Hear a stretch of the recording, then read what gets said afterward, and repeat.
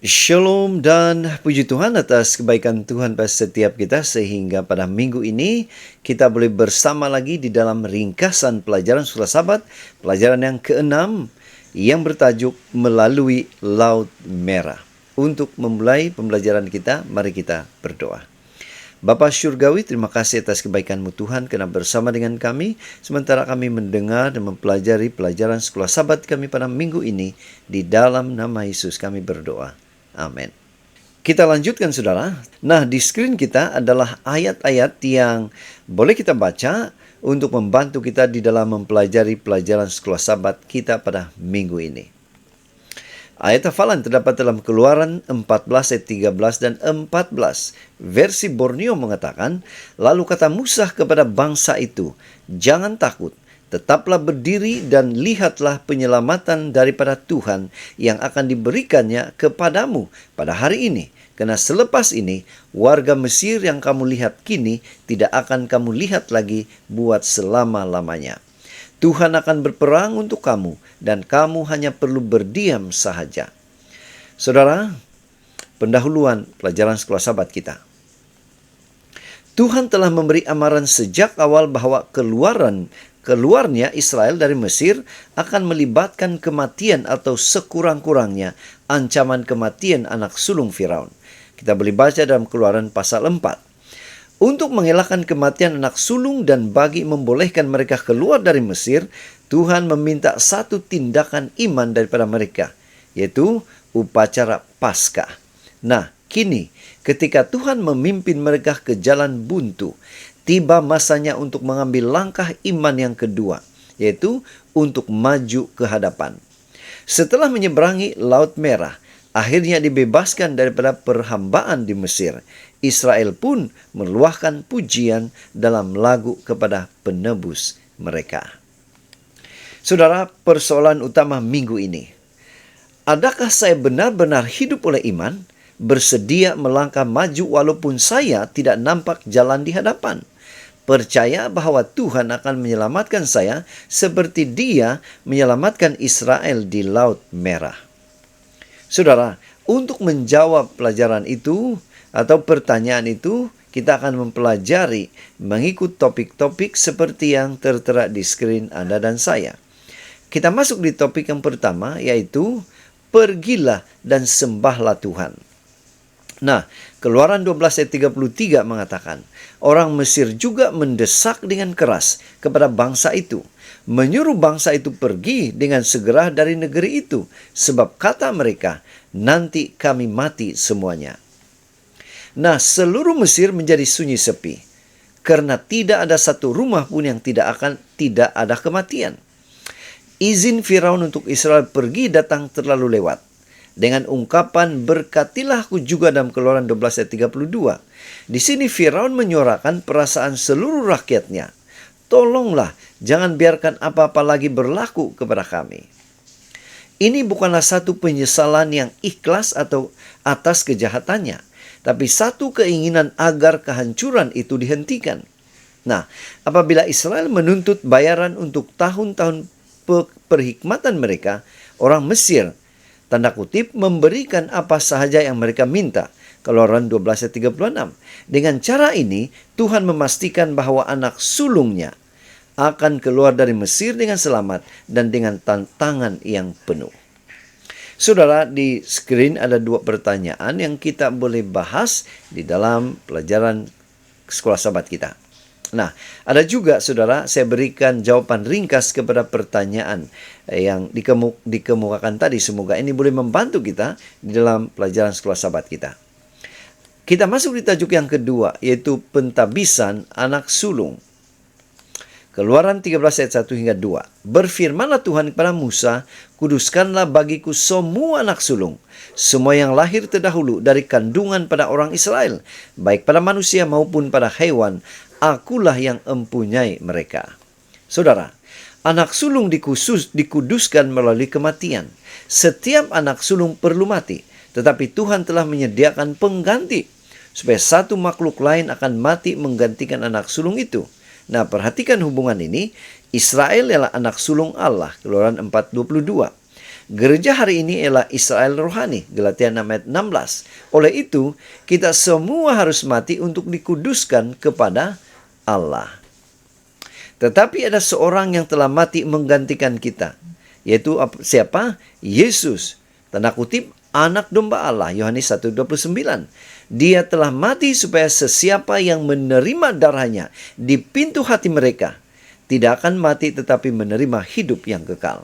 Kedua, Tuhan telah melakukan bahagiannya. Tanggung jawab kita adalah untuk membiarkan diri kita diliputi oleh darah penebusannya. Dan di screen kita juga ada 2 pertanyaan yang berkaitan dengan tajuk yang kedua ini. Dan jawaban ringkas saya juga sertakan agar ini boleh membantu kita di dalam menjawab pertanyaan-pertanyaan itu. Kita di tajuk yang ketiga yaitu menyeberang Laut Merah. Keluaran 14 ayat 3 mengatakan, ya, kalau kita baca keseluruhan cerita ini dari Keluaran 13 sampai Keluaran 14 ayat 12. Namun ayat dasar kita dalam Keluaran 14 ayat 1 hingga 3 mengatakan, berfirmanlah Tuhan kepada Musa, demikian katakanlah kepada orang Israel supaya mereka balik kembali dan berkemah di depan Pi-hahirot antara Migdol dan laut. Tetapi di depan Baal Zephon berkemahlah kamu di tepi laut. Maka Firaun akan berkata tentang orang Israel, mereka telah sesat di negeri ini, padang gurun telah mengurung mereka. Saudara, dengan izin Firaun, Israel keluar, tanda kutip, siap untuk berperang. Keluaran 13 ayat 18. Nah, tetapi Tuhan tidak mahu mereka menghadapi peperangan. Maka Tuhan membuat mereka memutar jalan. Keluaran 13 ayat 17. Sementara itu, Firaun menyesali pertobatannya dan mengejar kembali Israel.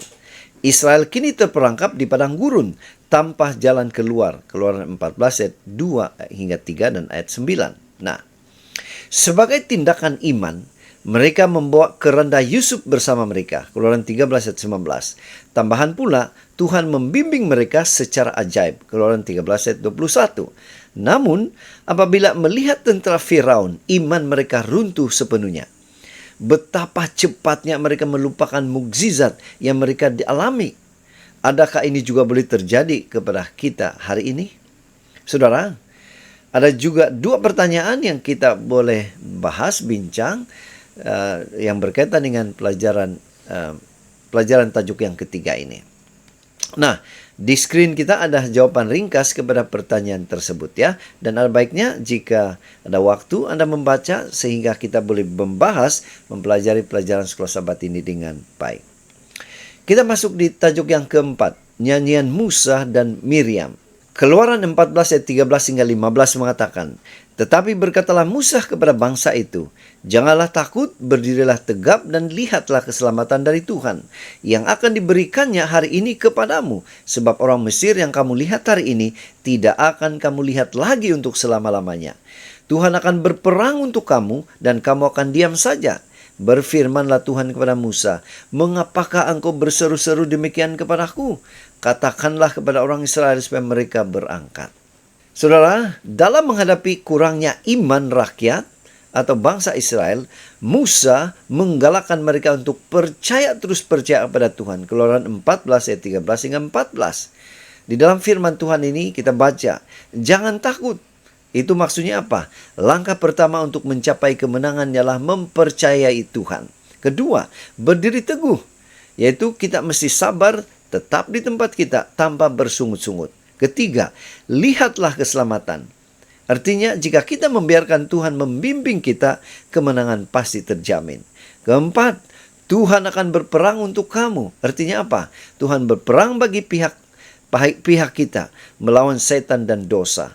Kalvari ialah bukti terbesar hal ini. Tuhan memberi satu perintah kepada umat itu, yaitu apa? Majulah. Nah, dari saat ini perkara luar biasa pun berlaku. Kita boleh baca dalam Keluaran pasal 14 ayat 19 hingga 31. Di sini kita boleh melihat. Pertama, malaikat Tuhan dan tiang awan berdiri di antara perkemahan Israel dan Mesir. Kedua, pada waktu malam tiang itu menjadi gelap bagi orang Mesir dan terang bagi orang Israel. Ketiga, Musa mengangkat tongkatnya dan laut terbelah supaya Israel dapat melintas di tanah yang kering. Keempat, Israel memasuki laut dengan air sebagai tembok di sebelah kanan dan kiri mereka. Kelima, orang Mesir juga memasuki laut. Keenam, pada waktu subuh Tuhan mengacaukan orang Mesir. Ketujuh, ketika mereka coba berundur, laut kembali seperti biasa dan menghancurkan seluruh tentara itu. Sahabat yang dikasihi, dari tepi laut, Israel menyaksikan kemenangan itu dan mereka percaya kepada Tuhan dan kepada Musa. Saudara, di skrin kita ada satu pertanyaan yang kita boleh bahas yang berkaitan dengan tajuk yang keempat. Dan jawaban ringkas juga saya sudah siapkan untuk kita sama-sama pelajari ya. Baik, kita masuk di tajuk yang kelima, satu lagi bala. Apa bala tersebut? Keluaran 15 ayat 1 hingga 21. Pada waktu itu Musa bersama-sama dengan orang Israel menyanyikan nyanyian ini bagi Tuhan yang berbunyi, baiklah aku menyanyi bagi Tuhan sebab ia tinggi luhur, kuda dan penunggangnya dilemparkannya ke dalam laut. Tuhan itu kekuatanku dan mazmurku. Ia telah menjadi keselamatanku. Ia Allahku, kupuji dia. Ia Allah Bapakku, kuluhurkan dia. Tuhan itu pahlawan perang. Tuhan itulah namanya. Saudara, melihat apa yang telah berlaku, Musa memimpin Israel dalam lagu pujian, sementara Miriam menjawab dengan korus bersama para wanita. Keluaran 15 ayat 1 hingga 20 hingga 21. Nah, dalam lagu ini tidak disebutkan apa yang telah dilakukan oleh Israel. Ia bukan sahaja memuji Tuhan karena membinasakan musuh, tapi juga mengagumi pekerjaan Tuhan. Reaksi mereka yang mendengar apa yang telah berlaku juga disebutkan. Lebih daripada itu, apa yang Tuhan akan lakukan turut diumumkan. Engkau akan membawa mereka dan menanam mereka di gunung milikku. Keluaran 15 ayat 17. Nah, apabila penghakiman Tuhan dinyatakan dan kejahatan serta penindasan dihapuskan, umat tebusan dari segala bangsa akan memujinya karena penghakiman Tuhan yang adil, menyanyikan lagu Musa dan anak domba. Wahyu 15 ayat 3. Nah, di skrin kita ada dua pertanyaan yang berkaitan dengan tajuk yang kelima sebentar tadi. Dan jawaban ringkas juga saya sudah siapkan untuk membantu kita dalam mempelajari pelajaran sekolah Sabat. Pena Inspirasi juga menyatakan, di dalam Conflict of Courage, March 28, Ellen White mengatakan, dalam membebaskan jiwa kita daripada belenggu dosa, Tuhan telah melakukan bagi kita satu pembebasan yang lebih besar daripada yang dialami oleh orang Ibrani di Laut Merah. Seperti umat Ibrani itu, kita juga seharusnya memuji Tuhan dengan hati, jiwa, dan suara karena perbuatan Tuhan yang ajaib kepada anak-anak manusia. Mereka yang merenungkan kemurahan Tuhan yang besar dan tidak melupakan anugerahnya yang kecil akan memakai ikat pinggang sukacita dan menyanyikan melodi dalam hati mereka kepada Tuhan. Berkat harian yang kita terima daripada tangan Tuhan dan lebih daripada segalanya, kematian Yesus untuk membawa kebahagiaan dan surga dalam jangkauan kita seharusnya menjadi tema kesyukuran yang berterusan. Jadi saudara yang dikasihi dalam Kristus, penerapan dari pelajaran sekolah Sabat kita. Pertama, penyelamatan memerlukan tindakan iman. Keluaran dari Mesir dan penyeberangan Laut Merah bukan saja satu tindakan fisikal, tapi suatu ujian iman. Tuhan meminta Israel untuk percaya walaupun dalam keadaan yang mustahil. Seperti ketika mereka terperangkap di depan Laut Merah dengan tentara Mesir di belakang. Perintah Tuhan adalah majulah, menandakan bahwa iman sejati tidak pasif, tapi disertai ketaatan aktif. Kita juga hari ini dipanggil untuk melangkah dengan iman dalam menghadapi ujian dan kebuntuan hidup. Kedua, keselamatan dari Tuhan adalah melalui penggantian. Apa maksudnya? Konsep penebusan melalui penggantian ditekankan dalam upacara Paskah dan pengudusan anak sulung. Setiap anak sulung sepatutnya mati, tetapi pengganti disediakan. Ini merujuk kepada Yesus Kristus, anak domba Allah yang telah menggantikan kita di kayu salib.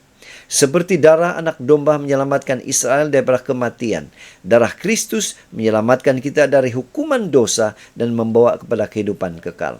Oleh itu, keselamatan adalah anugerah tetapi kita mesti menerima dan tinggal di bawah perlindungan darah Kristus. Dan yang terakhir, ketiga, pujian adalah tanda pembebasan sebenar. Setelah melihat kuasa dan kasih Tuhan dalam pembebasan dari Mesir, Israel memuji Tuhan dalam lagu. Puji-pujian ini bukan hanya ekspresi syukur, tapi juga satu pengakuan siapa Tuhan itu. Dia kuat, setia, adil, dan penyelamat. Lagu Musa adalah satu nubuatan tentang lagu yang akan dinyanyikan oleh umat tebusan pada akhir zaman. Kita boleh baca dalam Wahyu 15. Mereka yang menang melalui darah anak domba. Dalam hidup rohani kita, pujian adalah bukti bahwa kita telah mengalami pembebasan dalam Kristus dan percaya kepada kemenangan terakhir yang dijanjikan olehnya. Jadi saudara, sekian saja ringkasan pelajaran kita pada minggu ini. Semoga ini boleh membantu kita di dalam mempelajari pelajaran sekolah sahabat kita. Tuhan memberkati kita. Kita berdoa. Bapa Surgawi, terima kasih Tuhan karena bersama dengan kami sementara kami mempelajari pelajaran sekolah sahabat kami pada minggu ini. Di dalam nama Yesus kami berdoa. Amin.